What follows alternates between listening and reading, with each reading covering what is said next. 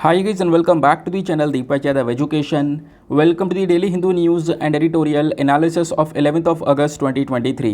तो गाइज आज है तारीख 11 अगस्त 2023 और है फ्राइडे। देखेंगे आज के द हिंदू कंप्लीट न्यूज़पेपर को एनालाइज करेंगे। बट लेक्चर में आगे बढ़ने से पहले अगर आप लोगों को इस लेक्चर का PDF चाहिए तो क्या करना है, सबसे पहले डाउनलोड करना है टेलीग्राम, देन उसके बाद जाके सर्च बॉक्स में टाइप करना Deepak Yadav education UPSC। As you can see guys आप लोगों को ये वाला चैनल मिल जाएगा, इस पर क्लिक करना और जाकर इस चैनल को ज्वाइन कर लेना। ज्वाइन करने से फ़ायदा क्या होगा, यहाँ पर डेली बेसिस पर लेक्चर का PDF मिल जाता है, डेली करंट अफेयर के वीडियो का PDF मिल जाता है और डेली बेसिस पर बहुत सारे डिजिटल नोट्स मिल जाते हैं। नाउ बढ़ते हैं आगे बढ़ने से पहले हमेशा की तरह हम लोग अपने लेक्चर को एक मैप के क्वेश्चन के साथ स्टार्ट करेंगे। तो आज आप सभी लोगों को मैप में जाकर देखना है हवाई को कहाँ पर है ये एग्जैक्टली लोकेटेड, इसको अच्छे से मैप में देखना। देन उसके बाद आकर नीचे कमेंट सेक्शन में टाइप करना, जिससे कि आप लोग इसको लंबे समय तक याद रख पाओगे। साथ ही साथ एक क्वेश्चन सॉल्व करेंगे जो कि UPSC प्रीवियस ईयर साल 2016 के प्रीलिम्स में पूछा गया था। डेली बेसिस पर हम लोग यहाँ पर एक प्रीवियस ईयर क्वेश्चन को भी सॉल्व करते हैं। क्वेश्चन क्या बोलता है, कंसिडर द फॉलोइंग स्टेटमेंट्स। आपको यहाँ पे 3 स्टेटमेंट्स दिए गए हैं, बताना है कौन सा स्टेटमेंट सही है। पहला स्टेटमेंट बोलता है कि जो मंगलयान मिशन है इसको भारत के इसरो ने लॉन्च किया था, इसको हम लोग मार्स ऑर्बिटर मिशन के नाम से भी जानते हैं। सेकेंड स्टेटमेंट बोलता है इस मंगलयान मिशन ने भारत को अमेरिका के बाद दूसरा देश बनाया जिसने मार्स के ऑर्बिट में अपना स्पेसक्राफ्ट को पहुंचाया। थर्ड स्टेटमेंट बोलता है कि इसी मिशन ने इंडिया को एक लौता देश बनाया जिन्होंने अपने पहले प्रयास में यानी कि पहले ही अटेम्प्ट के अंदर में मार्स के ऑर्बिट में स्पेसक्राफ्ट पहुंचाया, या फिर कह सकते हो मार्स पर जो स्पेसक्राफ्ट है उसको पूरी तरह से ऑर्बिट करवाया। ठीक है, तो इन तीनों स्टेटमेंट्स को देखते हुए नीचे आपको ऑप्शन दिए गए हैं। Option number A 1 only, option number B 2 and 3 only, option number C 1 and 3 only, या फिर ऑप्शन नंबर D तीनों के तीनों सही हैं। इसका सही आंसर सभी को नीचे कमेंट सेक्शन में देना है। एटलीस्ट सभी को उसमें पार्टिसिपेट करना है, जैसे मैं आप लोगों से डेली बेसिस पर बोलता हूँ। बाय द वे, इसका जो करेक्ट आंसर है वो मैंने आपको टेलीग्राम पर प्रोवाइड करवा दिया है, वहाँ से भी आप इसको चेकआउट कर सकते हो। और अगर वहाँ पर आंसर नहीं मिलता है तो भी कोई परेशान होने की ज़रूरत नहीं है, वीडियो के लास्ट में इसके करेक्ट आंसर का डिस्कशन हम लोग करेंगे। तो चलो शुभारंभ करते हैं और चलते हैं सबसे पहले थंबनेल वाले इंपॉर्टेंट आर्टिकल की तरफ। तो दोस्तों आप लोगों ने कल इस न्यूज़ को पढ़ लिया होगा कि जो केरला है उसका नाम बदला जा रहा है, नाम बदलकर केरलम रखा जा रहा है। इसके लिए एक जो रेजोल्यूशन है वो अभी यहाँ पे स्टेट असेंबली से पास हो चुका है।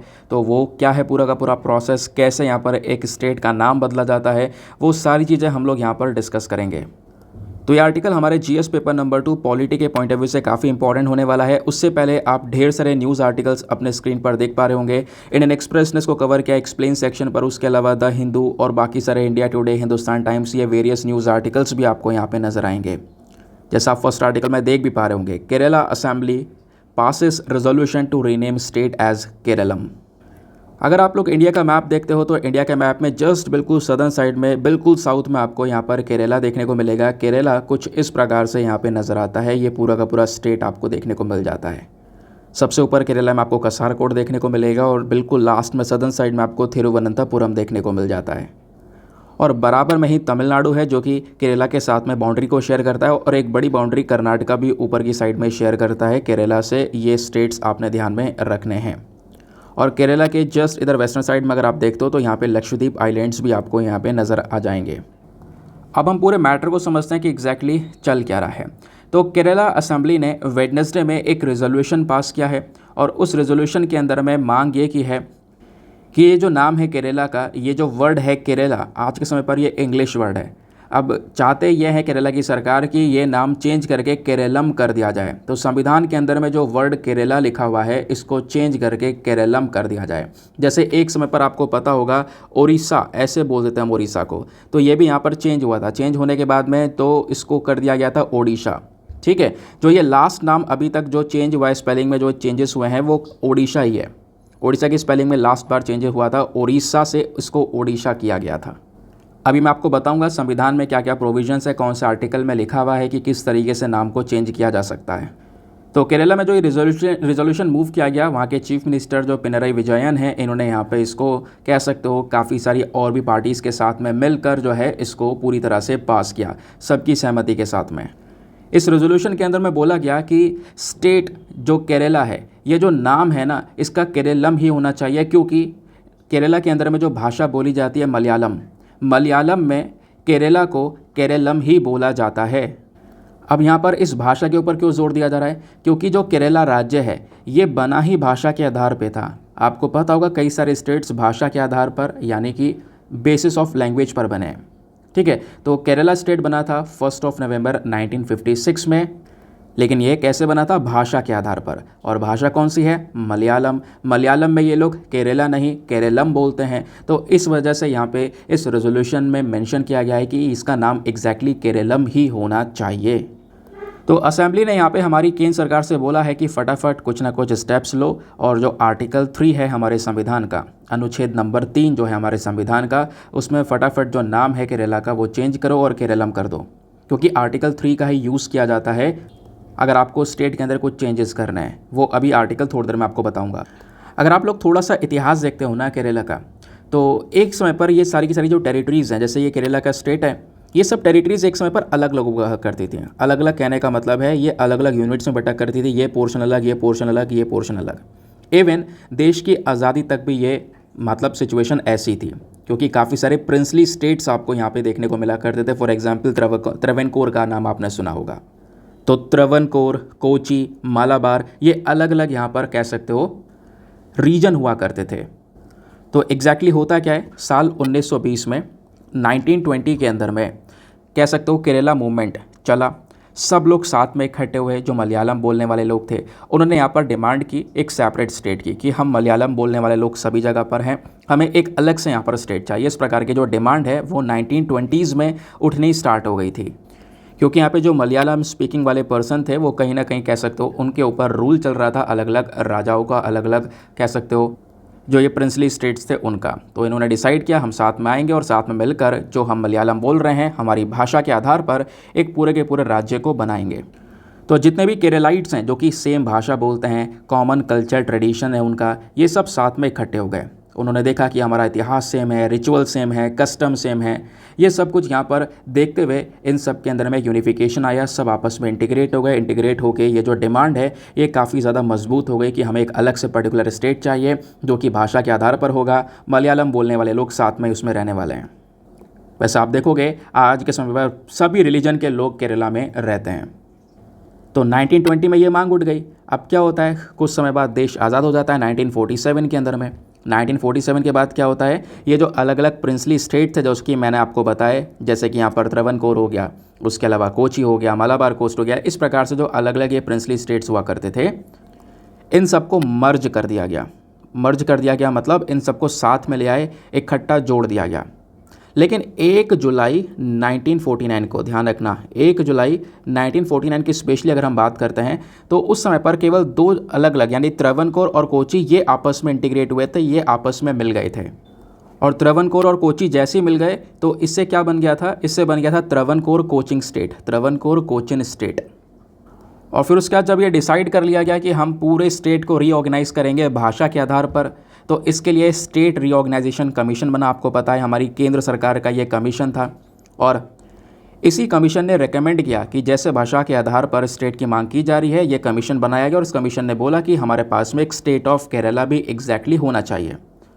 और ये जो कमीशन है ना, उस समय पर सैयद फजल अली के अंडर में बनाया गया। ठीक है, तो सैयद फजल अली के अंडर में जो ये कमीशन था, इस कमीशन ने रेकमेंड किया कि अभी तो केवल यहाँ पे त्रवणकोर और कोची जुड़े हुए हैं, तो त्रवणकोर कोचिन स्टेट के नाम से जान रहे हैं इसको। तो अब क्या होगा, जो ऊपर वाला हिस्सा है मालाबार वाला, उसको भी यहाँ पे इसमें इंटीग्रेट कर दिया जाए, क्योंकि वहाँ पर भी मलयालम स्पीकिंग पीपल भी देखने को मिलेंगे, यानी कसारकोड में भी मलयालम बोलने वाले लोग हैं। ठीक है, तो इन तीनों ही एरियाज़ को जोड़ दिया जाए और जोड़ने के बाद में भाषा के आधार पर एक पर्टिकुलर स्टेट बना दिया जाए। तो इस कमीशन ने यहाँ पर ये अपना रिकमेंडेशन दिया। और फाइनली इन सभी रिकमेंडेशन के बाद में 1 नवंबर 1956, कब, 1 नवंबर 1956 में जो स्टेट ऑफ केरला है वो तैयार हो गया, यानी ये पूरा का पूरा राज्य बन गया। और जैसे मैंने आपको बोला, मलयालम में केरला नहीं केरलम बोला जाता है, और यानी क्योंकि मलयालम बोलने वाले लोग हैं वहाँ पर, वो लोग केरलम ही बोलते हैं इसको। इंग्लिश में इसको केरला बोला जाता है। तो इसी वजह से मांग है कि नाम जब हम लोग केरलम ही बोल रहे हैं तो नाम एग्जैक्टली बदल ही क्यों ना दिया जाए संविधान के अंदर। और ये नाम, तो आप सोच रहे होंगे कि आज क्यों आए ये नाम बदलने, पहले क्यों नहीं ये मांग उठी। दोस्तों ये जो काम है बहुत पहले से हो रहा है। 2010 में भी यहाँ पर इस प्रकार का जो रेजोल्यूशन है वो पास किया गया था, हालांकि उस समय पर रिजेक्ट कर दिया गया था, क्योंकि स्टेट का नाम बदलना इतना आसान नहीं है, बहुत मुश्किल होती है। जैसे मैं आपको एग्जांपल बताऊं वेस्ट बंगाल का, ठीक है, तो वेस्ट बंगाल ने भी कई बार अपना स्टेट के नाम बदलने की जो रिकमेंडेशन है वो यहाँ पर दी है, लेकिन हर बार रिजेक्ट कर दी गई है। 4-5 बार ऐसा हो चुका है। और जो लास्ट स्टेट का नाम बदला था वह मैं आपको बता चुका हूँ, वो ओडिशा का नाम ओडिशा किया गया था। अब क्वेश्चन ये है कि एक स्टेट का जो नाम है वो जो चेंज किया जाता है उसके पीछे का प्रोसेस क्या है, ये सबसे इंपॉर्टेंट पार्ट है। तो दोस्तों अगर आप संविधान को देखते हो तो आर्टिकल नंबर 3 हमारे लिए काफ़ी ज़्यादा इंपॉर्टेंट हो जाता है। आर्टिकल जो 3 है, अनुच्छेद 3 जो है, ये हमारे पार्लियामेंट को कई सारी पावर देता है। जैसे एक नया स्टेट अगर बनाना है, किसी टेरिटरी को अलग करके, किसी टेरिटरी को सेपरेट करके अलग कोई राज्य बनाना है, या फिर 2 या 2 से ज़्यादा टेरिटरीज़ को मिलाकर कोई राज्य बनाना है, तो वो सारी पावर यहाँ पे हमारे पार्लियामेंट के पास में आती है आर्टिकल नंबर 3 के अंदर में। या फिर किसी स्टेट, किसी राज्य का एरिया जो है वो बढ़ाना है, उसको इंक्रीज़ करना है, या किसी राज्य का एरिया डिमिनिश करना है यानी कि कम करना है, या किसी राज्य की जो बाउंड्रीज़ है वो यहाँ पर चेंज करनी है, या किसी राज्य का जो नाम है वो चेंज करना है, उसमें ऑल्टरिंग करनी है। तो अगर ये सारे काम करने हैं तो आर्टिकल नंबर 3 के तहत हमारे पार्लियामेंट के पास में ये सारी पावर्स हैं। बात क्लियर हो गई। लेकिन आर्टिकल नंबर 3 2 कंडीशंस भी हमारे सामने रखता है कि ये जो बिल है, बिल को पहले इंट्रोड्यूस किया जा सकता है पार्लियामेंट के अंदर में। केवल देखो, ध्यान रखना, बिल को हम पार्लियामेंट में तभी इंट्रोड्यूस कर सकेंगे, पहले प्रेसिडेंट का एक प्रायर रिकमेंडेशन लेना होगा। राष्ट्रपति का रिकमेंडेशन लेने के बाद में उस बिल को पार्लियामेंट में इंट्रोड्यूस किया जा सकता है। और प्रेसिडेंट इस बिल को रिकमेंड करने से पहले वो क्या करेंगे, वो यहाँ पर इस बिल को, जो स्टेट लेजिस्लेचर एक राज्य की विधानसभा है, उसमें यहाँ पे इस बिल को रेफ़र करेंगे। समझ गए? ताकि वो जो स्टेट लेजिस्लेचर है, वो जो विधानसभा है, वो अपने व्यूज़ वगैरह दे एक पर्टिकुलर टाइम पीरियड में। इतने टाइम, मतलब कुछ टाइम पीरियड दे दिया जाएगा, उतने टाइम पीरियड में आपको बताना है क्या करना है इस बिल का। देन उसके बाद में फाइनली जो हमारे प्रेसिडेंट या फिर जो पार्लियामेंट है, वो यहाँ पर इस स्टेट लेजिस्लेचर के जो व्यूज़ हैं उसको माने, उसको एक्सेप्ट करे या रिजेक्ट करे, या उनके ऊपर। ऐसा नहीं है कि यहाँ पर स्टेट लेजिस्लेचर जो बोल देगा, जो उनके पॉइंट ऑफ व्यूज़ होंगे, उसको जो हमारा पार्लियामेंट या जो प्रेसिडेंट है उसको मानेंगे ही नहीं। हो सकता है वो व्यूज़ टाइम पर अगर मिल भी जाएँ तो हो सकता है उसको एक्सेप्ट कर लिया जाए, हो सकता है उसको रिजेक्ट भी कर दिया जाए। लेकिन अब क्वेश्चन ये है कि प्रोसेस क्या है, कि एक स्टेट का जो नाम है उसको रीनेम करना है तो उसका प्रोसेस क्या देखने को मिलेगा। वो तो मैंने आपको कॉन्स्टिट्यूशनल प्रोविजंस के बारे में कुछ बताया। अगर आपको एक स्टेट का नाम चेंज करना है पूरी तरह से, तो पहले केंद्र सरकार यानी जो central ministry of home affairs है, ठीक है, गृह मंत्रालय बेसिकली, उससे एक अप्रूवल लेना ज़रूरी है। क्योंकि अगर आप एक स्टेट का नाम बदल रहे हो तो उससे सीधा सीधा हमारे संविधान के अंदर में अमेंडमेंट होगा, कॉन्स्टिट्यूशन के अंदर अमेंडमेंट होगा। क्यों? क्योंकि आपको पता है शेड्यूल 1 के अंदर में इन सभी स्टेट्स और यूनियन टेरिटरीज़ के नाम लिखे हुए हैं। वहाँ पे केरला का नाम भी लिखा हुआ है, क्योंकि अब नाम चेंज होना है, सब कुछ हो जाएगा, बिल वगैरह पास हो जाएगा, तो नाम केरला से केरलम करा जाएगा संविधान के अंदर में। तो नाम का जब चेंज होगा तो ऑब्वियस ही बात है यहाँ पर कॉन्स्टिट्यूशन अमेंडमेंट एक्ट आएगा, यानी कि कह सकते हो संविधान के अंदर में संशोधन किया जाएगा, तभी जाके यहाँ पर ये बदलाव हो सकता है। तो ये जो प्रपोजल है पहले ये राज्य सरकार से निकल कर आएगा, फिर उसके बाद में जो हमारी union ministry of home affairs है वो यहाँ पर उस प्रपोजल को देखेंगे। वो यहाँ पर इसको अप्रूवल तभी देंगे या फिर इसमें हाथ तभी भरेंगे जब उस होम मिनिस्ट्री को जो नो ऑब्जेक्शन सर्टिफिकेट्स है वो मिल जाएंगे। अब नो ऑब्जेक्शन सर्टिफिकेट भी ज़रूरी है, हाँ बिल्कुल ज़रूरी है। कई सारी एजेंसी से नो ऑब्जेक्शन सर्टिफिकेट लेना होता है, जैसे मिनिस्ट्री ऑफ रेलवेज़, ठीक है, क्योंकि उससे मिनिस्ट्री ऑफ रेलवे को भी नाम जो है वो चेंज करना होगा।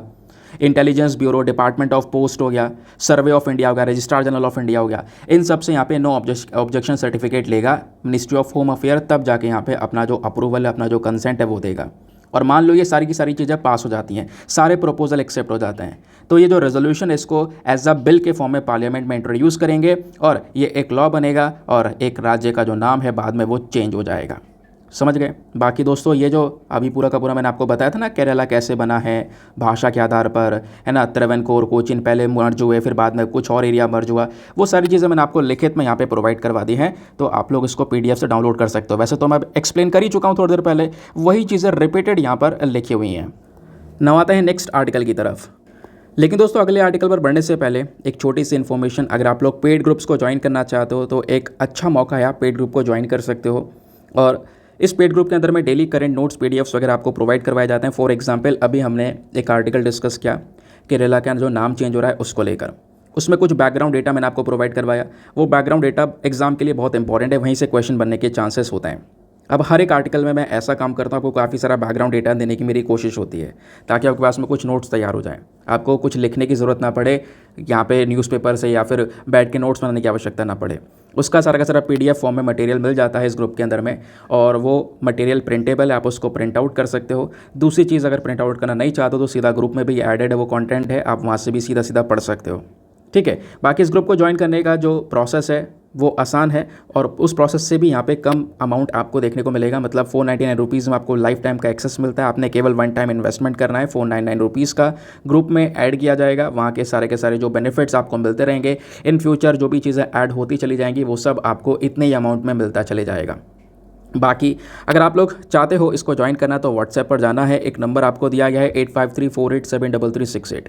इस नंबर पर आपने मैसेज करना है कि हाँ मुझे इस ग्रुप को ज्वाइन करना है। आपको वहाँ से रिप्लाई आएगा, एक मैसेज आपको दिया जाएगा, उसमें पेमेंट का प्रोसेस होगा, साथ ही साथ में डेमो वीडियो का लिंक भी होगा। आप उस डेमो वीडियो को अच्छे से देख सकते हो कि इस ग्रुप में एग्जैक्टली क्या क्या चीज़ें प्रोवाइड करवाई जा रही हैं। अपने आप को सेटिस्फाई करने के बाद में जो है यहाँ पे पेमेंट करना, जैसे पेमेंट करोगे आपको ग्रुप से ऐड कर लिया जाएगा ना। उसके बाद एक बात जो मैं हमेशा बोलता हूँ, मेक श्योर करना वीडियो पे जो लाइक का बटन है उसको प्रेस कर देना। एक छोटा सा टारगेट है हमारा 5K प्लस लाइक्स का, जिसको आप सभी लोगों ने अचीव करवाना है। साथ ही साथ में आप मेरे साथ में इंस्टाग्राम पे जुड़ सकते हो। इंस्टाग्राम पे जाना, सर्च बॉक्स में लिखना दीपक यादव एजुकेशन, मेरा प्रोफाइल मिलेगा जहाँ पर 13,000 से ज़्यादा लोग ऑलरेडी जुड़ चुके हैं। आप भी मेरे साथ में पर्सनली जुड़ सकते हो। नाउ नेक्स्ट आर्टिकल भी हमारा GS पेपर नंबर 2 पॉलिटी के पॉइंट ऑफ व्यू से काफ़ी ज़्यादा इंपॉर्टेंट होने वाला है। तो हमारी केंद्र सरकार ने ट्यूसडे वाले दिन एक बिल को इंट्रोड्यूस किया, और उस बिल की मांग क्या है कि जो हम लोग अपने चीफ इलेक्शन कमिश्नर और इलेक्शन कमिश्नर का अपॉइंटमेंट करते हैं, उस अपॉइंटमेंट के लिए जो एक पैनल होता है, उस पैनल में से हम चीफ जस्टिस ऑफ इंडिया को हटा देंगे। कहने का मतलब क्या है, मैं आपको अभी थोड़ा और डिटेल समझाता हूँ, तभी बढ़िया तरीके से समझ में आएगा। काफ़ी सारे ऐसे लोग होते हैं जिनको बेसिक से चीज़ें समझनी है, उन्होंने कुछ भी अभी पढ़ा नहीं है, स्टार्ट कर रहे हैं प्रिपरेशन को। देखो, हमारे पास में एक बॉडी है इलेक्शन कमीशन ऑफ इंडिया। इसका मेन काम क्या है, इलेक्शंस को कंडक्ट करवाना। जो भारत में चुनाव होते हैं वो यहाँ पे कंडक्ट करवाने का काम इसी बॉडी का है। अब होता क्या है कि इस इलेक्शन कमीशन ऑफ इंडिया के अंदर में इस बॉडी को चलाने के लिए हमारे पास में एक चीफ इलेक्शन कमिश्नर होते हैं, और आज के समय पर 2 इलेक्शन कमिश्नर्स भी हैं हमारे पास में। ठीक है, इतनी बात क्लियर हो गई। अब ये चीफ इलेक्शन कमिश्नर और ये 2 इलेक्शन कमिश्नर्स का तो अपॉइंटमेंट तो होता होगा, यानी किसी ना किसी तरीके से इनका चयन किया जाता होगा, तब जाके यहाँ पर ये इस सीट पर बैठते होंगे। ठीक है, अब इनको अपॉइंट करने के लिए एक पैनल बनाया गया है, एक पैनल जिसमें यहाँ पर कुछ लोग होंगे, जो लोग मिलकर डिसाइड करेंगे हाँ इस व्यक्ति को चीफ इलेक्शन कमिश्नर और इस व्यक्ति को इलेक्शन कमिश्नर बनना चाहिए। अभी क्या है, इस पैनल के अंदर में जो चीफ जस्टिस ऑफ इंडिया हैं, CJI हैं, उनको उस पैनल से हटाने की बात की है। उनको बोला गया है कि जो चीफ जस्टिस ऑफ इंडिया, जैसे आज के समय पर हमारे DY Chandrachud ji chief justice of India हैं, ये इस पैनल में नहीं होंगे, यानी इनका कोई रोल नहीं होगा चीफ इलेक्शन कमिश्नर और इन इलेक्शन कमिश्नर्स को अपॉइंट करने के लिए। तो कौन अपॉइंट करेगा, इस बिल में बोला गया उसको अपॉइंट करने के लिए जो पैनल बनेगा, उस पैनल के अंदर में एक तो होंगे हमारे कैबिनेट मिनिस्टर, मतलब यूनियन कैबिनेट मिनिस्टर हो गए, और उसके बाद में जो हमारे लोकसभा की ओपोजिशन पार्टी है उसके लीडर हो गए, और थर्ड हो गए प्राइम मिनिस्टर। ये 3 लोगों के माध्यम से यहाँ पे अपॉइंटमेंट किया जाएगा। लास्ट में हमारे वैसे तो प्रेसिडेंट ही करने वाला है, आपको पता है, लेकिन मेन जो है अपॉइंटमेंट वो इन तीनों के थ्रू होने वाला है। और इसी के लिए यहाँ पर यह बिल लेकर आया गया है, जिस बिल का नाम है chief election commissioner and other election commissioners appointment conditions of service and terms of office bill 2023। इसको हमारे लॉ मिनिस्टर ने ही इंट्रोड्यूस किया था। अब जो ओपोजिशन पार्टी है वो यहाँ पर इस बिल को अपोज भी करती है। उनका कहना ये बिल सही नहीं है। क्यों? क्योंकि इसमें केंद्र सरकार अपना हक जमा रही है। कैसे? तो लोगों का कहना यहाँ पर यह है कि भाई ये जो पैनल होगा जो कि चीफ इलेक्शन कमिश्नर और इलेक्शन कमिश्नर को अपॉइंट करेगा, इसमें एक तो कैबिनेट मिनिस्टर हो गए, वो भी केंद्र सरकार के, प्रधानमंत्री वो भी केंद्र सरकार के, बचा कौन? एक ही यहाँ पर बाकी अपोजिशन लीडर का मेंबर रखा गया है। मेन तो दोनों ही है ये, ठीक है। तो ये अपने हिसाब से अपॉइंटमेंट करना, अगर करना चाहते हैं तो कर सकेंगे आराम से, इसमें अपने मन पसंदीदा इलेक्शन कमिश्नर को बैठा सकेंगे। ये बात यहाँ पे कहीं ना कहीं जो अपोजिशन पार्टीज़ है उनके थ्रू मेंशन की जा रही है। समझ गए?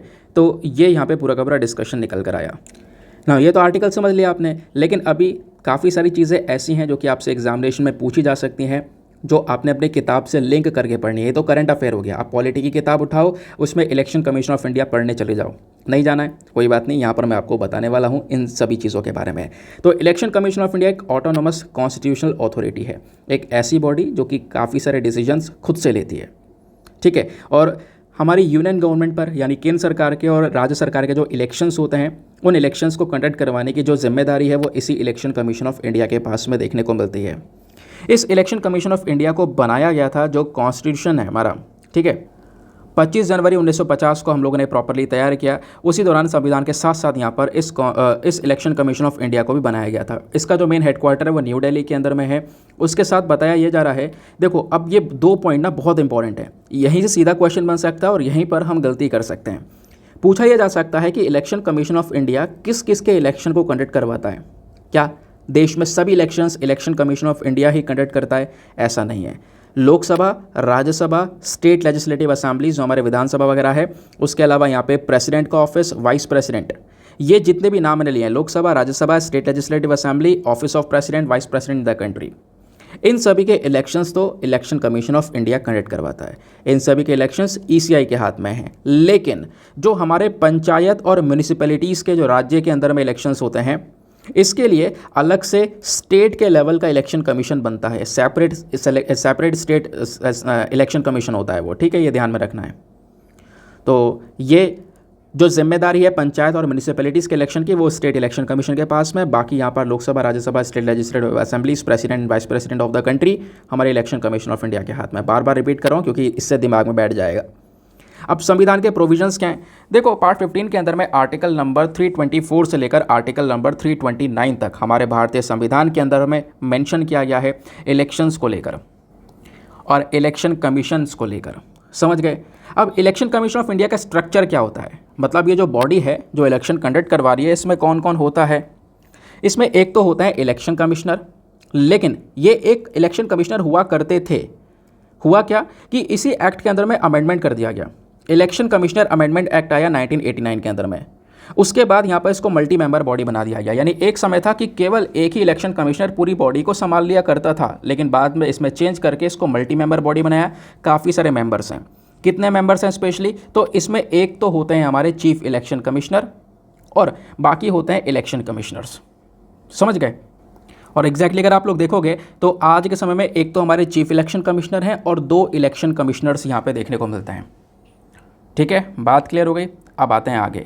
अब क्वेश्चन यह है कि इन चीफ इलेक्शन कमिश्नर और इलेक्शन कमिश्नर्स का अपॉइंटमेंट कौन करता है? इनको अपॉइंट करने का काम बिल्कुल लास्ट में हमारे प्रेसिडेंट के पास में होता है। ठीक है, इनका एक फिक्स टेन्योर है 6 साल का, यानी ये 6 साल तक इस बॉडी में बैठ सकते हैं, यहाँ पे सर्व कर सकते हैं, या फिर मैक्सिमम 65 साल की उम्र तक सर्व कर सकते हैं। दोनों में जो भी पहले पूरा हो जाए। हो सकता है 65 साल के पूरे हो जाएं तो टेन्योर समाप्त हो जाएगा। हो सकता है 6 साल तक ये सर्व कर लें तो टेन्योर समाप्त हो जाएगा। तो जो भी चीज़ पहले हो जाए। अब जो हमारे ये इलेक्शन कमिश्नर्स होते हैं, जो मेंबर्स हैं, इनकी सैलरीज और पर्क्स जितनी भी चीज़ें इनको मिलती हैं वो बिल्कुल सेम होती हैं सुप्रीम कोर्ट ऑफ इंडिया के जजेस की तरह। यानी जो हमारे सुप्रीम कोर्ट ऑफ इंडिया के जजेस हैं, जो उनको सैलरी पर्क्स मिलते हैं, वही सेम पर्क्स और सैलरीज यहाँ पे इनको इलेक्शन कमिश्नर्स को दी जाती हैं। अब बात आती है रिमूवल की। क्या इनको हटा सकते हैं? हाँ, बिल्कुल इनको हटा सकते हैं। कैसे? पहले तो ये खुद भी हट सकते हैं, रिज़ाइन कर सकते हैं, सीधा अपना टेन्योर खत्म होने से पहले रिज़ाइन करके जा सकते हैं। दूसरा यहाँ पे कह सकते हो जो ये चीफ इलेक्शन कमिश्नर है, इनको ऑफिस से हटाया जा सकता है, जैसे सुप्रीम कोर्ट के जज को हटाया जाता है, उसी प्रकार के सिमिलर प्रोसेस के माध्यम से। नाउ अब क्वेश्चन ये आता है कि ये चीज़ें इंपॉर्टेंट है बिल्कुल। यूपीएससी ने 2017 में एक सवाल पूछ लिया था इलेक्शन कमीशन ऑफ इंडिया को लेकर। जैसे यहाँ पर 3 स्टेटमेंट दिए गए हैं, बताना है कौन सा सही है। पहला statement, election commission of India 5 member की बॉडी है, गलत है। अभी तो हमने पढ़ा था 2 इलेक्शन कमिश्नर्स हैं, एक चीफ इलेक्शन कमिश्नर है, तो 5 मेंबर की बॉडी तो नहीं है। पहला स्टेटमेंट हो जाता है गलत। दूसरा यहाँ पे बोलता है कि जो हमारा union ministry of home affair है, जो हमारा गृह मंत्रालय है, वो डिसाइड करता है इलेक्शन शेड्यूल को। यानी जो हमारे इलेक्शंस और जनरल इलेक्शंस और बाई इलेक्शंस होते हैं, उनका जो शेड्यूल है कि कब होना है कब नहीं होना है, वो हमारा गृह मंत्रालय डिसाइड करता है। ऐसा है कुछ क्या? नहीं, वो तो हमारा इलेक्शन कमीशन डिसाइड करेगा। जो जनरल इलेक्शंस है वो वही करवाने का काम कर रहा है। तो ऑप्शन नंबर 2 भी हमारा जो हो जाता है गलत। थर्ड स्टेटमेंट बोलता है कि जो इलेक्शन कमीशन है, इसका मेन काम है कि कोई भी जो पॉलिटिकल पार्टीज़ होती हैं हमारी, उन पॉलिटिकल पार्टीज़ में समझो 2 पॉलिटिकल पार्टीज़ में आपस में झड़प हो गई है, लड़ गई हैं वो, ठीक है, या फिर आपस में आकर मिल रही हैं, मर्जर हो रहा है, तो दोनों की केसेस में जो भी यहाँ पर कह सकते हो कि इलेक्शन कमीशन ऑफ इंडिया है, उसका एक सबसे बड़ा रोल होता है। मतलब election commission of India in 2 political parties के मर्जर या फिर डिस्प्यूट्स को लेकर जो मैटर है उसको देखने का काम करता है। तो ये सही बात है। यहाँ पे ऑप्शन नंबर 3 इसका करेक्ट है। तो यहाँ पर आंसर क्या हो जाएगा? हमारा option number D 3 only is the correct answer. ठीक है, चलो आते हैं नेक्स्ट आर्टिकल पर। ना दोस्तों अगला आर्टिकल काफ़ी इंपॉर्टेंट होने वाला है। Again GS paper number 2 polity के पॉइंट ऑफ व्यू से रिलेवेंट है। तो जो हमारे गवर्नमेंट स्टाफ हैं वो मांग कर रहे हैं ओपीएस स्कीम को रिस्टोर करने की, यानी जो ओल्ड पेंशन स्कीम है उसको वापस से रिस्टोर किया जाए। इसके लिए आप देख पाओगे फोटो के अंदर भी जो हज़ारों सरकारी एम्प्लॉयज़ हैं हमारे union government central public sector undertakings के, इन्होंने यहाँ पर डिसाइड किया कि हम रामलीला मैदान में एक प्रोटेस्ट करेंगे और डिमांड करेंगे ओल्ड पेंशन स्कीम की। आपको पता होगा कि ओपीएस और एनपीएस ये दोनों अलग अलग कॉन्सेप्ट है। एक तो हमारी ओल्ड पेंशन स्कीम है और एक न्यू पेंशन स्कीम है, दोनों के बीच में क्या डिफरेंस है वो समझेंगे। तो लोगों की डिमांड यहाँ पर यह है कि पुरानी वाली पेंशन स्कीम को वापस से लेकर आया जाए, जो ये एनपीएस है इसको हटाया जाए। ठीक है, अब इसमें दोनों में फ़र्क क्या है, पहले उस फ़र्क को समझते हैं, फिर आगे की बात जानेंगे एग्जैक्टली ये क्या है और कैसे काम कर रहा है और आर्टिकल में और क्या चीज़ें मेंशन की गई हैं। देखो ये मांगना दोस्तों बहुत लंबे समय से चल रही है कि पुरानी वाली पेंशन स्कीम को वापस से लाया जाए, और इसके लिए कई सारी जो राज्य सरकारें वो काम करना शुरू भी कर चुकी हैं, क्योंकि राजस्थान ने यहाँ पर ऑलरेडी बोल दिया है कि हम ओल्ड पेंशन स्कीम को वापस से लेकर आएंगे अपने स्टेट के अंदर में अगले फाइनेंशियल ईयर के अंदर में। छत्तीसगढ़ भी यहाँ पर इस चीज़ को फॉलो कर रहा है। इवन केरला, आंध्र प्रदेश, असम की जो सरकार है इन्होंने भी कमिटीज़ बना दी हैं ओल्ड पेंशन स्कीम्स को लेकर। अब क्वेश्चन ये है कि ये क्या है मतलब इसका। अब पहले दोस्तों मैं आपको बता दूं कि ओपीएस मतलब ओल्ड पेंशन स्कीम, एनपीएस मतलब नेशनल पेंशन स्कीम, या इसको न्यू पेंशन स्कीम भी कह लो क्योंकि ये नई वाली स्कीम है। तो अपन समझते हैं पहले ये नेशनल पेंशन स्कीम यानी जो एनपीएस है ये क्या है। एनपीएस हमारी केंद्र सरकार लेकर आई है, और ये एनपीएस कब से लागू होती है, ये लागू होती है फ्रॉम जनवरी 2004। यानी जब ये एनपीएस आया तो एनपीएस कब से लागू हुआ, किसके ऊपर लागू होगा, जनवरी 2004 से यहाँ पर ये स्कीम लागू होगी। ठीक है, आगे आता है, यानी जनवरी 2004 के बाद जो भी यहाँ पे सरकारी नौकरी में आया है वो अब यहाँ पर इस एनपीएस स्कीम के अंदर हैंडल किया जाएगा, और ये सभी सरकारी कर्मचारियों के लिए है except armed forces. Armed forces को छोड़कर सभी लोगों के लिए। फिर उसके बाद में 2018-19 के अंदर में इस एनपीएस को और ज़्यादा स्ट्रीमलाइन किया, इसको और ज़्यादा अट्रैक्टिव बनाने की यहाँ पर कोशिश की गई। तो एनपीएस को यहाँ पर लॉन्च किया गया किस लिए, ताकि जो सरकार के ऊपर बर्डन पड़ रहा है लोगों को पेंशन देने का, उस बर्डन को कम किया जा सके। क्योंकि आपको पता है कि 2004 से पहले क्या हुआ करता था ना, मतलब पहले एग्जैक्टली क्या हुआ करता था कि भाई एक बार एक इंसान सरकारी नौकरी में जाता है, उसको बराबर सैलरी मिलती है, और जैसे ही वो रिटायर हो जाता है महीने के हिसाब से उसको पेंशन दी जाती है। वो महीने के हिसाब से पेंशन कैसे मिलती है कि जैसे मान लो जो व्यक्ति ने, मान लो उसका जो रिटायरमेंट है, फॉर एग्जांपल रिटायरमेंट यहाँ पर जिस भी महीने में उसका हुआ है, उस महीने में उसकी कितनी सैलरी थी, जितनी सैलरी होगी, सपोज़ 1 लाख थी तो उसका 50% 50,000 रुपये का जो पेंशन है उसका बन जाएगा मंथली हिसाब से। फिर वो धीरे धीरे करके यहाँ पर इंक्रीज़ होता चले जाएगा, और वो पेंशन उसको हमेशा मिलता रहेगा जब तक वो ज़िंदा है। और अगर वो मर जाएगा वो इंसान, तो उसका जो जीवन साथी है, यानी अगर हस्बैंड की डेथ हो गई तो वाइफ को, वाइफ की डेथ हो गई है तो यहाँ पे हस्बैंड को, इस तरीके से जो ये पेंशन है वो मिलती रहेगी लाइफ टाइम के लिए। ये पुरानी वाली पेंशन स्कीम में था।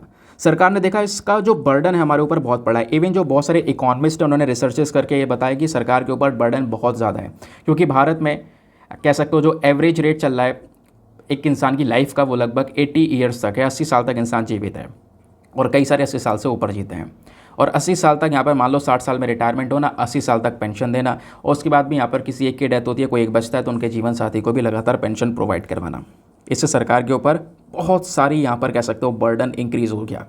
इसी बर्डन को यहाँ पर कम करने के लिए सरकार ने इस एनपीएस यानी नेशनल पेंशन स्कीम को यहाँ लाने की कोशिश की।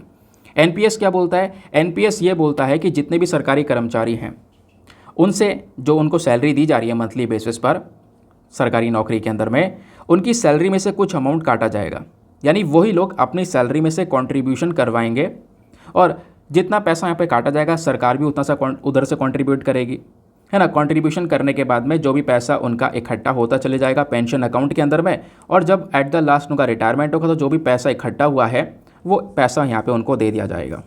हो सकता है रिटायरमेंट के बाद वो इंसान एक साथ सारा पैसा निकाल ले, हो सकता है थोड़ा थोड़ा करके लेता रहे रेगुलर इनकम के बेसिस पर, लेकिन ये प्रोसेस आ गया।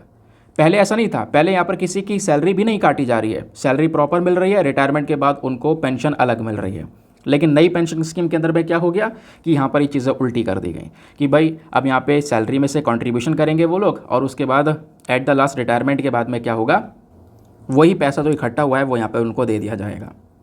अब इसका जो इम्प्लीमेंटेशन है नेशनल पेंशन स्कीम का, ये कौन कर रहा है? इस एनपीएस को लागू और इम्प्लीमेंट, मतलब इसको इम्प्लीमेंट किया जा रहा है और कंट्रोल किया जा रहा है पीएफआरडीए के थ्रू। पीएफआरडीए क्या है? यह है pension fund regulatory and development authority. उसके लिए यहाँ पर एक नेशनल पेंशन सिस्टम ट्रस्ट भी देखने को मिलेगा, जिसको हम एनपीएसटी के नाम से जानते हैं। ये वाला जो ट्रस्ट है ये भी यहाँ पे हमारी पीएफआरडीए ने ही एस्टेब्लिश किया है, इसको बनाया है। समझ गए? अब इसके फीचर्स क्या हैं? बोला ये जा रहा है कि जितने भी सिटीजन्स हैं हमारे एनपीएस के अंदर में, उन सबको, ठीक है, मतलब जिनकी उम्र 18 से 70 साल है, वो इस एनपीएस सिस्टम को ज्वाइन कर सकते हैं। मतलब कि कहने की बात यह है कि जो प्राइवेट इंडिविजुअल हैं वो भी यहाँ पर इस स्कीम के लिए ऑप्ट कर सकते हैं। वो भी अपना कुछ अमाउंट अगर कंट्रीब्यूट करवाना चाहते हैं इस पेंशन फंड में तो वो करवा सकते हैं। पीएफ्स के अंदर में पीएफ्स कटवा सकते हैं। सरकार का कंट्रीब्यूशन उधर से भी होगा, जो पैसा इकट्ठा होगा रिटायरमेंट के समय पर आप वो पैसा ले लेना। तो एक प्रकार की इस स्कीम को एक पार्टिसिपेटरी स्कीम बना दिया गया कि जहां पर जो एम्प्लॉयज़ हैं वो अपने पेंशन कॉर्पस में से, अपनी सैलरी में से बेसिकली अपने पेंशन कॉर्पस में कंट्रीब्यूट करेंगे और उसके बाद में जो पैसा इकट्ठा होगा वो एट द लास्ट पर लेकर चले जाएंगे। ठीक है।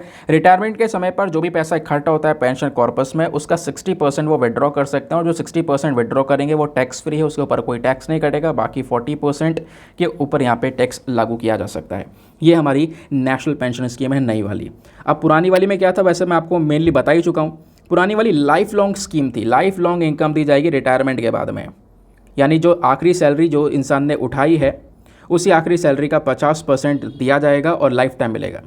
और सरकार ने यहाँ पर बोला है कि जो स्कीम है इसको हमने 2004 में डिसकंटिन्यू कर दिया, ख़त्म कर दिया। 2004 के बाद जो भी यहाँ पर गवर्नमेंट जॉब में आया है उसको ये वाले बेनिफिट्स नहीं मिलेंगे। क्यों? क्योंकि हमारे इकोनॉमिस्ट ने एग्जैक्टली बोला कि इंडिया में जो ये लंबी लाइफ स्पान है, लंबी ज़िंदगी है, ये कहीं ना कहीं यहाँ पर पेंशन को बढ़ाती है और इसकी वजह से गवर्नमेंट के ऊपर बर्डन और ज़्यादा इंक्रीज़ होता हुआ चले जाता है।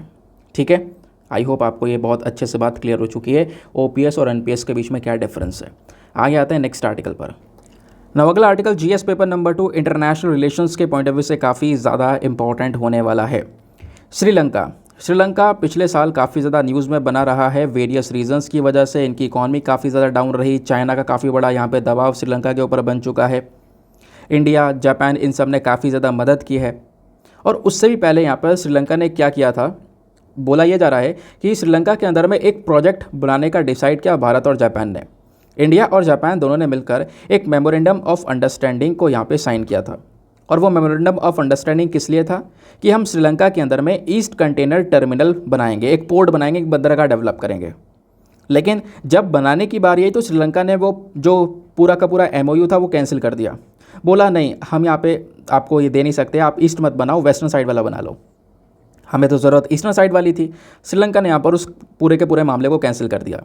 अभी जो ट्राइलेटरल कोऑपरेशन था जिसमें इंडिया जापान साथ में मिलकर इन्वेस्टमेंट कर रहे थे श्रीलंका में, वो नहीं हो पाया। और कुछ टाइम बाद पता ये चला कि वो जो प्रोजेक्ट भारत को कैंसिल कर दिया गया भारत के लिए, वही प्रोजेक्ट चाइना को दे दिया गया कि चाइना ने श्रीलंका से यहाँ पे वहाँ पे इन्वेस्टमेंट करवाया। उस समय पर ना श्रीलंका के अंदर में जो गोतबाया राजपक्सा हैं उनकी सरकार हुआ करती थी। तो इन्होंने यहाँ पे कहीं ना कहीं ये जो रिलेशंस हैं जापान और श्रीलंका और इंडिया के, इन रिलेशंस के अंदर बहुत बड़ी दरार डाल दी थी। अब प्रेसिडेंट चेंज हो चुके हैं, इस समय पर रानिल की सरकार है और अभी वो रिसेंटली विजिट भी किए हैं, इंडिया आए थे, आपको पता होगा। ठीक है, उनकी मीटिंग अभी टोक्यो के मिनिस्टर यानी जापान के मिनिस्टर के साथ में भी हुई है। तो जब डिस्कशंस चले हैं साथ ही साथ में, तो उन डिस्कशन के अंदर में अब वापस से इंडिया, जापान, श्रीलंका साथ में मिलने की कोशिश कर रहे हैं। इंडिया, जापान और श्रीलंका मिलकर अपना ट्राइलेटरल कोऑपरेशन बनाएंगे, साथ में मिलकर यहाँ पे आपस में मिलकर काम करने वाले हैं। ठीक है, पिछली बार तो यहाँ पे एक प्रकार का जो ये प्रॉब्लम है वो क्रिएट हो गया, लेकिन अभी बोला जा रहा है कि इंडिया और जापान की जो सरकार है ये मिलकर, क्योंकि इन्होंने काफ़ी मदद की है श्रीलंका की, जब कोई मदद नहीं कर रहा था तो पैसों का सपोर्ट इंडिया जापान ने किया। भारत ने कई सारे डॉलर्स यहाँ पे प्रोवाइड करवाए इनकी इकॉनमी को बचाने के लिए। आखिर पिछले महीने यहाँ पे आपको पता होगा जो श्रीलंका के प्रेसिडेंट है वो दिल्ली आए भी थे। जो जापान के फॉरेन मिनिस्टर हैं हाशी, वो भी विजिट किए थे, न्यू दिल्ली गए थे, कोलंबो गए थे पिछले सप्ताह। तो अभी आपस में मिलकर डिस्कशन चल रहा है और श्रीलंका भी रेडी हो चुका है कि हाँ कुछ ऐसे प्रोजेक्ट्स हों जिसमें इंडिया और जापान दोनों मिलकर यहाँ पे लगा सकते हैं। पहले तो चलो कई सारे कारण की वजह से उसमें कोई प्रोग्रेस नहीं हुआ, लेकिन अभी यहाँ पर हम कोशिश करेंगे कि साथ में मिलकर इन प्रोजेक्ट्स के अंदर में एक बहुत बड़ा प्रोग्रेस देखने को मिले। तो यहाँ पे बोला जा रहा है कि इंडिया और Japan can work together on renewable energy, grid connectivity and development of Trincomalee. Very very important. India और जापान दोनों मिलकर क्या कर सकते हैं, रिन्यूएबल एनर्जी का डेवलपमेंट कर सकते हैं श्रीलंका के अंदर में। उसके बाद कनेक्टिविटी प्रोजेक्ट्स बना सकते हैं, ग्रिड कनेक्टिविटी, और ट्रिंकोमाली, ये बहुत इंपॉर्टेंट पॉइंट है, ट्रिंकोमाली का डेवलपमेंट कर सकते हैं। एक प्रॉपर कनेक्टिविटी यहाँ पर बन सकती है श्रीलंका के अंदर में। अब ये ट्रिंकोमाली क्या है दोस्तों, इसको थोड़ा समझते हैं, क्योंकि बाकी तो आप समझ गए, रिन्यूएबल एनर्जी का डेवलपमेंट, ग्रिड कनेक्टिविटी का डेवलपमेंट। ट्रिंकोमाली क्या है दोस्तों, जब अंग्रेज़ों का शासन चल रहा था इंडिया के ऊपर, उसके बाद यहाँ पर श्रीलंका के ऊपर में भी, तो यहाँ पे ना एक जगह है ट्रिंकोमाली। इस एरिया में इन्होंने बहुत बड़े बड़े ऑयल टैंकर बना दिए थे, ताकि ये एरिया, तो देखो ये एरिया बहुत इंपॉर्टेंट है, यहाँ पे कोई जहाज़ वगैरह बे ऑफ बंगाल में घूम रहा है, उसमें फ्यूल ख़त्म हो जाता है, तो वो यहाँ से सीधा इस वाली जो ऑयल टैंकर है वहाँ से अपने जहाज़ को रिफ्यूल कर सकते हैं। समझ गए। तो ट्रिंकोमाली कहाँ पर है, जैसे अभी आपको दिखाया है, छोटा सा कट आपको नज़र आ रहा है ना, यही यहाँ पर आपको, मतलब वैसे तो ये ट्रिंकोमाली वाला रीजन ये है, यहाँ पर एक छोटा सा पोर्ट नज़र आएगा जिसको हम नेचुरल हार्बर बोलते हैं। वो पोर्ट आपको इस तरीके से ये देखने को मिलेगा, वो पोर्ट ऐसा देखने को मिलेगा। ये नेचुरल हार्बर इसलिए क्योंकि इसमें काफ़ी बढ़िया चीज़ें नज़र आएंगी। देखो बढ़िया चीज़ें का मतलब है, ये दुनिया का सेकंड नेचुरल हार्बर है। सेकंड नेचुरल हार्बर का मतलब यहाँ पर यह है कि अगर ये पोर्ट किसी भी देश को मिल जाए तो उसकी मज़ा है। मज़ा इसलिए है क्योंकि यहाँ पे ना आप, ये जो तट वाला रीजन दिख रहा है ना, ये तट वाले रीजन तक समुद्र का पानी बहुत गहरा है। आप बड़े जहाज़ को लेकर अंदर आ सकते हो और उस जहाज़ को सीधा किनारे तक लेकर आ सकते हो। अच्छा, तो अभी ऐसा नहीं होता है, देखो अभी ऐसा नहीं होता क्योंकि किनारे पानी बहुत कम होता है, और बड़ा जहाज़ किनारे आएगा तो वो अटक जाएगा, फिर वो जा नहीं पाएगा वापस। तो बड़ा जहाज़ बीच में समुद्र में ही रुक जाता है, छोटे छोटे जहाज़ यहाँ से जाते हैं और वो जो है सामान को उतार के लेकर आते हैं इन पोर्ट के ऊपर, ऐसा होता है। लेकिन ये जो नेचुरल हार्बर होते हैं, जो प्रकृति की देन है, वो यहाँ पर किनारे से ही बहुत गहरे हैं और उनको बहुत ज़्यादा गहरा कर रखा है ताकि जो जहाज़ है वो सीधा यहाँ पर कोने तक आ जाए, पहली चीज़। दूसरा इसको नेचुरल हार्बर इसलिए भी बोला जाता है, आप देखोगे ये तीनों तरफ से घिरा पड़ा है, बस खाली एक जगह से खुला हुआ है। अब भाई यहीं पर अपनी प्रोटेक्शन लगा दो, यहीं पर अपने गार्ड बैठा दो दोनों तरफ, भाई ये इस एरिया को सिक्योर कर दिया गया, आपका पूरा का पूरा एरिया सिक्योर हो गया, ये वाला पोर्ट वाला रीजन। इसको इसी वजह से हम लोग नेचुरल हार्बर बोलते हैं। तो ये दुनिया का सेकेंड लार्जेस्ट नेचुरल हार्बर है। अच्छा, दुनिया का पहला नेचुरल हार्बर कौन सा है, फटाफट नीचे कमेंट सेक्शन में बताओ। यहीं पर ना, यानी ये जो रीजन है, यहीं पर पीछे छोटे छोटे टैंकर्स बने हुए हैं, वो टैंकर ट्रिंकोमाली के अंदर में इस तरीके से बने हुए हैं। ये जो आपको फोटो में दिखाई दे रहा है ना, ये जंक लगे हुए टैंकर्स हैं। अब ये टैंकर बहुत ज़्यादा पुराने हो चुके हैं, ये आप देख रहे हो जंक लग चुका है इसके अंदर में। ये अंग्रेज़ों ने बनाया था अपने शिप को रिफ्यूल करने के लिए, तो इसका काफ़ी ज़्यादा फ़ायदा है। अब पता है, एक एक टैंक को रिन्यू करने के लिए, उसकी साफ़ सफाई करने के लिए, उसको वापस से नया करने के लिए बहुत सारा पैसा चाहिए, बहुत सारा पैसा चाहिए, हज़ारों डॉलर्स चाहिए, मिलियंस ऑफ डॉलर्स चाहिए इसका रीडेवलपमेंट के लिए। श्रीलंका की सरकार के पास में पैसा है नहीं, तो इंडिया को अच्छा मौका मिला है कि भारत यहाँ पे इसका रीडेवलपमेंट कर सकता है, भारत को इसका एक्सेस मिल सकता है। यानी कुछ टैंकर्स हम रीडेवलपमेंट कर देंगे, इसको वापस से नया कर देंगे इन टैंकर्स को, और नया करने के बाद में कुछ टैंकर यहाँ पे श्रीलंका ले लेगी और कुछ टैंकर हम लोग यूज़ कर लेंगे। समझ गए। और आप देखोगे ये बने इस तरीके से हैं कि ये छुपे हुए हैं, आपको एग्जैक्टली दिखाई भी नहीं पड़ रहे होंगे, लेकिन ये छोटे छोटे छोटे छोटे टैंकर्स यहाँ पर इस तरीके से ये बनाए गए हैं, ठीक है, जिसमें फ्यूल रख सकते हैं। ट्रिंकोमाली ऑयल टैंक, ये छोटे छोटे हैं, दिख रहे हैं आपको, ठीक है, इनको छुपा कर बनाया गया एग्जैक्टली। तो उसके डेवलपमेंट में जापान और श्रीलंका, इंडिया साथ में आ सकते हैं। प्लस ट्रिंकोमाली में आप कह सकते हो एक ऑयल पाइपलाइन हब भी बनाया जा सकता है, ठीक है। तो ये बड़े बड़े डेवलपमेंट्स हो सकते हैं, लेकिन उसके लिए इंडिया जापान को साथ में आना पड़ेगा। लेकिन आज प्रॉब्लम क्या है, आज के समय पर प्रॉब्लम चाइना ही है। चाइना से इतना सारा पैसा उठा रखा है यहाँ पर श्रीलंका ने कि उसको वो चुका नहीं सकता, और चाइना की बात भी यहाँ पर उनको सुननी पड़ रही है आज के समय पर। तो यहाँ पे हमारे आर्टिकल में ये भी मेंशन किया है, जो राइटर हैं उनका कहना है कि श्रीलंका, तो दूसरा यहाँ पर इस प्रकार का कॉल देखने को मिल रहा है। उससे पहले इंडिया जापान मिलकर बांग्लादेश में भी यही काम कर रहे हैं, कोऑर्डिनेशन वहाँ पे भी बैठा रहे हैं। इससे हम लोग चाइना को भी आराम से टैकल कर सकेंगे। दूसरी चीज़, हमारा भी फ़ायदा होगा, श्रीलंका का भी फ़ायदा होगा। तीनों को यहाँ पर कह सकते हो कि विन विन सिचुएशन तीनों के लिए रहने वाली है। लेकिन श्रीलंका ने एक गंदी हरकत यही दिखाई थी कि उसने पहले जो ये प्रोजेक्ट हमने जब साइन कर लिया था उसको कैंसिल कर दिया। लेकिन जब एक सीख मिल गई कि मदद करने के लिए कोई नहीं उतरा, इनके बुरे समय में मदद करने के लिए इंडिया जापानी उतरे थे, तो उसके बाद जाके यहाँ पर इन्होंने वापस से इंफ्रास्ट्रक्चर, कोलैबोरेशंस, इन्वेस्टमेंट को लेकर बातचीत करनी स्टार्ट कर दी है, ठीक है। इस वजह से यहाँ पे बोला जा रहा है कि India Japan studying ways to restart trilateral cooperation with Sri Lanka.